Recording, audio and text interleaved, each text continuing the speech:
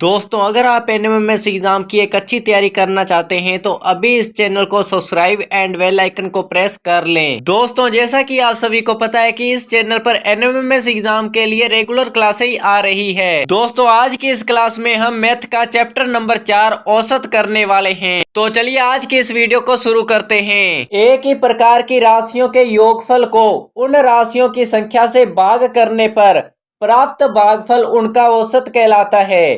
तो दोस्तों इसके कुछ सूत्र है जिनको आप नोट डाउन कीजिए और इनको याद भी करना है। इनके बिना आप किसी भी क्वेश्चन का सलूशन नहीं कर सकते। तो चलिए दोस्तों इन सूत्रों को जानते हैं और दोस्तों इसके उदाहरण वाइज मैं आपको समझाने वाला हूं ताकि दोस्तों आपको पता चले कि एग्जाम में क्वेश्चन किस टाइप के पूछे जाते हैं और उनका सलूशन आपको कैसे करना है। तो दोस्तों राशियों का औसत निकालने का सूत्र है राशियों का योग बटा में राशियों की संख्या। तो दोस्तों आप इस सूत्र को याद रखिए। तो दोस्तों आगे जब हम क्वेश्चन करेंगे तब हम इसका यूज करेंगे। तो दोस्तों दूसरा है या तो राशियों का योग बराबर राशियों का औसत इंटू राशियों की संख्या। तो दोस्तों यह पहला सूत्र, यह दूसरा और दोस्तों यह तीसरा। राशियों की संख्या राशियों का योग बटा में राशियों का औसत। तो दोस्तों अगर आपको औसत ज्ञात करना है तो यह सूत्र, अगर आपको राशियों का योग ज्ञात करना है तो यह सूत्र, और अगर दोस्तों आपको राशियों की संख्या ज्ञात करनी है तो यह सूत्र लगाना होगा।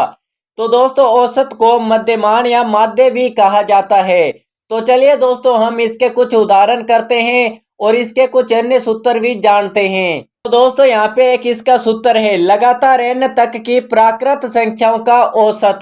तो दोस्तों इसका सूत्र है n प्लस बटा में 2। दोस्तों अगर आपसे पूछ ले प्राकृत संख्याओं का औसत बताइए तो दोस्तों आपको सिंपली यह सूत्र लगाना है। तो दोस्तों इसका एक एग्जाम्पल है 1 से 25 तक की संख्याओं का औसत क्या होगा।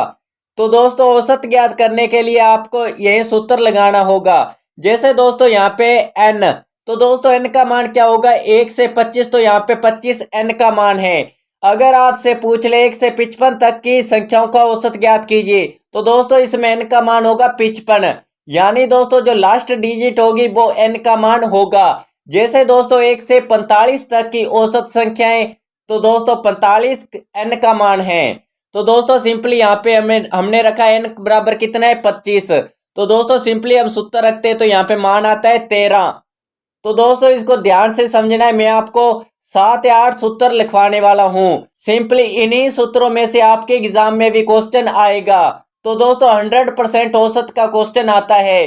अगर आपको यकीन नहीं है तो आपने प्रीवियस क्वेश्चन पेपर उठाकर देख सकते हैं। तो चलिए दोस्तों हम नेक्स्ट सूत्र को देखते हैं। तो दोस्तों उसके बाद हम कुछ क्वेश्चन भी करने वाले हैं। तो दोस्तों वीडियो में एंड तक बने रहना। तो दोस्तों दूसरा सूत्र है लगातार n तक की पूर्ण संख्याओं का औसत। तो दोस्तों पीछे था प्राकृत संख्याओं का औसत, इसमें है पूर्ण संख्याओं का औसत। तो दोस्तों इसके लिए सूत्र है n बटा 2। तो दोस्तों इसका एक एग्जाम्पल है लगातार 25 तक की पूर्ण संख्याओं का औसत। तो दोस्तों n का मान दिया है 25। तो दोस्तों 25 में 2 का भाग देते हो तो आता है 12.5, यानी ऑप्शन नंबर 4 आपका सही आंसर होगा। सिंपली दोस्तों मैं आपको सूत्र बताऊंगा, उसके नीचे आपको एक एग्जाम्पल दूंगा ताकि दोस्तों आपको वह सूत्र इंप्लीमेंट करना आए। तो चलिए अन्य सूत्र जानते हैं। लगातार n तक की विषम संख्याओं का औसत। तो दोस्तों इसका सूत्र है n प्लस 1 बटा में 2। तो दोस्तों सबसे पहले हमने जाना प्राकृत संख्याओं का औसत, उसके बाद हमने जाना पूर्ण संख्याओं का औसत, अब हम जानते हैं विषम संख्याओं का औसत। तो दोस्तों यहाँ पे लिखा एग्जाम्पल देखते हैं। तो 25 तक की विषम संख्याओं का औसत। तो दोस्तों n का मान क्या है 25, तो सूत्र इंप्लीमेंट करते हैं तो यहाँ पे औसत निकलता है 13, यानी दोस्तों ऑप्शन नंबर 1 आपका सही आंसर होगा। लगातार n तक की सम संख्याओं का औसत, इसके लिए सूत्र है n प्लस 2 बटा में 2। तो दोस्तों पहले था सूत्र n प्लस 1 बटा में 2। तो दोस्तों बहुत से स्टूडेंट यही गलती करते हैं कि अगर उनके सामने विषम संख्या का औसत आ गया तो वो यह सूत्र इंप्लीमेंट कर देते हैं। इसलिए दोस्तों इसको आप नोट डाउन कीजिए ताकि आप इसे भूले ना।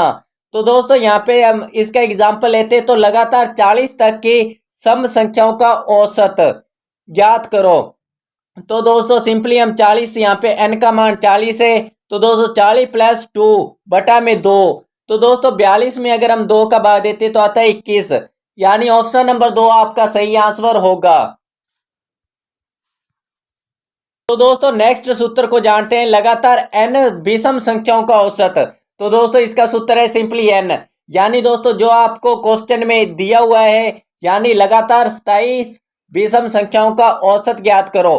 तो यहाँ पे दोस्तों सिंपली n का मान 27 है, तो इसका औसत भी क्या होगा 27, यानी ऑप्शन नंबर 3 आपका सही आंसर होगा। लगातार n सम संख्याओं का औसत। तो दोस्तों इसका सूत्र है n प्लस 1। तो दोस्तों लगातार 30 सम संख्याओं का औसत ज्ञात करो। तो दोस्तों n का मान 30 है, तो इसमें 1 जोड़ते हैं 31। अगर किन्हीं संख्याओं के योगों का अंतर समान हो तो औसत कैसे ज्ञात करते हैं, यानी दोस्तों उनके योगों में जो अंतर है वो समान है, तब हम उनका औसत कैसे ज्ञात करते हैं। इसके लिए सूत्र है पहली संख्या प्लस दूसरी संख्या और बटा में 2। तो दोस्तों इसको आप नोट डाउन कीजिए वीडियो को यहीं पर पॉज कर। अगर दोस्तों आपको कुछ भी समझ में नहीं आ रहा है तो आप दोस्तों कमेंट कीजिए, तो मैं आपको दोबारा यह क्वेश्चन करवाऊंगा ताकि आपको पूरा समझ में आए। तो दोस्तों यहाँ पे हम एग्जाम्पल लेते हैं 2, 5, 8, 11, 14 का औसत क्या होगा। तो दोस्तों अब हम इसका सूत्र ट्राई करते हैं, पहली संख्या प्लस अंतिम संख्या बटा में 2। तो दोस्तों पहली संख्या कितनी है 2 प्लस, तो दोस्तों अंतिम संख्या कितनी है 14, तो दोस्तों बटा में 2। तो दोस्तों इनको जोड़ते आते हैं 16, 16 में बटा में 2। तो दोस्तों 16 में 2 का भाग देते तो आता है 8, यानी ऑप्शन नंबर 4 आपका सही आंसर होगा। सिंपली इस तरीके से आपको सूत्र इंप्लीमेंट करने हैं। तो दोस्तों अभी तक हमने औसत चैप्टर के सभी सूत्र जान लिए हैं। तो दोस्तों अब उनको इंप्लीमेंट करने की बात आती है। तो दोस्तों इसके कुछ क्वेश्चन है जो मैं आपको करवाने वाला हूं कि आपके एग्जाम में क्वेश्चन किस टाइप के पूछे जाते हैं और आपको उन सूत्रों को कैसे इन क्वेश्चनों में इंप्लीमेंट करना है, और तभी आपका जो आंसर है वो सही होगा। तो दोस्तों यहाँ पे क्वेश्चन नंबर 1, बिमला और कमला की उम्र। तो दोस्तों यहाँ पे बिमला की उम्र 12 वर्ष और दोस्तों कमला की उम्र 16 वर्ष है, तो उनकी औसत क्या होगी। तो दोस्तों सिंपली आप उनकी औसत निकालने के लिए क्या करते हैं, उनका योग और बटा में 2। तो दोस्तों 12 और 16 को जोड़ते हैं तो आता है 28। तो दोस्तों 28 में 2 का भाग देते हैं तो आता है 14, यानी दोस्तों ऑप्शन नंबर 1 आपका सही आंसर होगा। तो चलिए नेक्स्ट टाइप के क्वेश्चन को देखते हैं। क्वेश्चन नंबर 2, तीन संख्याओं का औसत 12 है, यदि इसमें से दो संख्याएं 13 और दूसरी संख्या 15, तो तीसरी संख्या क्या होगी। तो दोस्तों आपको इन संख्याओं का औसत दिया है और टोटल संख्या 3 है, और दोस्तों इसमें से आपको दो संख्या दी है और तीसरी संख्या आपसे पूछी है। तो दोस्तों ध्यान से समझना इस क्वेश्चन को। तो दोस्तों आपके पास कितनी है 12, तो दोस्तों औसत 12 है। तो दोस्तों सिंपली यहाँ पे कितने हैं, तीन संख्याएं हैं। तो दोस्तों 12 के अंदर हम 3 का गुना करते तो आता है 36, यानी दोस्तों ये 36 है वो तीनों संख्याओं का योग है। तो दोस्तों हमारे पास दो संख्याएं तो दी हुई है 13 और 15। तो दोस्तों 13 और 15 को जोड़ते हैं तो आता है 28। तो दोस्तों अगर हम इस 28 को इस 36 में से घटाते हैं तो हमारे पास वो तीसरी संख्या आ जाएगी, यानी दोस्तों टोटल कितनी है, टोटल संख्याओं का योग कितना है 36, और दो संख्याएं दी हुई है, दो संख्या उनमें से घटा देंगे तो तीसरी संख्या आ जाएगी। तो दोस्तों हम इसमें से 36 में से 28 घटाते हैं तो आता है 8। तो दोस्तों ऑप्शन नंबर 1 आपका सही आंसर होगा।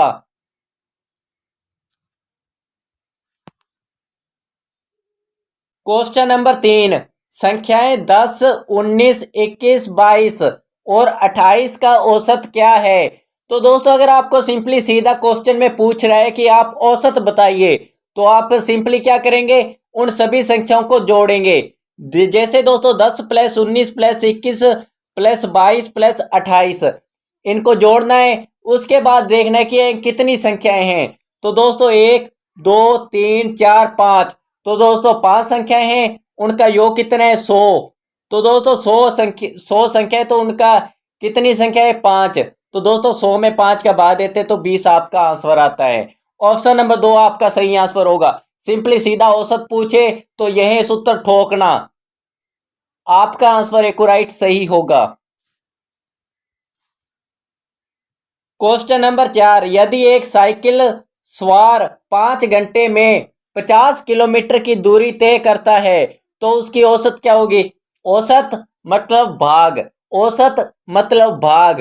तो दोस्तों 50 से 50 में 5 का भाग देते हैं तो 5 से 5 कटता है, आता है 10। तो दोस्तों 10 किलोमीटर प्रति घंटा उसकी सही आंसर होगा और उसकी रफ्तार होगी। तो चलिए नेक्स्ट क्वेश्चन को देखते हैं नए अंदाज के साथ। आपको अगर क्वेश्चन समझ में आ रहा है तो आप कमेंट करो, अगर समझ में नहीं आ रहा है तो आप फिर भी कमेंट करो। तो दोस्तों कमेंट जरूर करा करो ताकि मुझको पता लगे कि मुझसे जो स्टूडेंट पढ़ रहा है उसको समझ में आ रहा है या नहीं। तो दोस्तों आपको पढ़ाने में बहुत ज़्यादा मेहनत लगती है तो इसके लिए आप एक लाइक जरूर करो। तो दोस्तों जिन बच्चों ने अभी तक लाइक नहीं किया है तो वो पहले जाकर अभी लाइक करो। क्वेश्चन नंबर 5, 5 लड़कों की अवस्था क्रमश 13, 15, 11, 9, 8 वर्ष है। इन बच्चों की औसत अवस्था क्या होगी? सिंपली औसत पूछा है, इन सभी को जोड़ो। जोड़ते हैं तो क्या आता है? 56। अब संख्या गिनो कितनी है? 1, 2, 3, 4, 5। 5 संख्या, 5 का भाग दे दो। तो दोस्तों 5 का भाग देते तो आपका आंसर आता है 11 सही 1/5, यानी ऑप्शन नंबर 2 आपका सही आंसर होगा।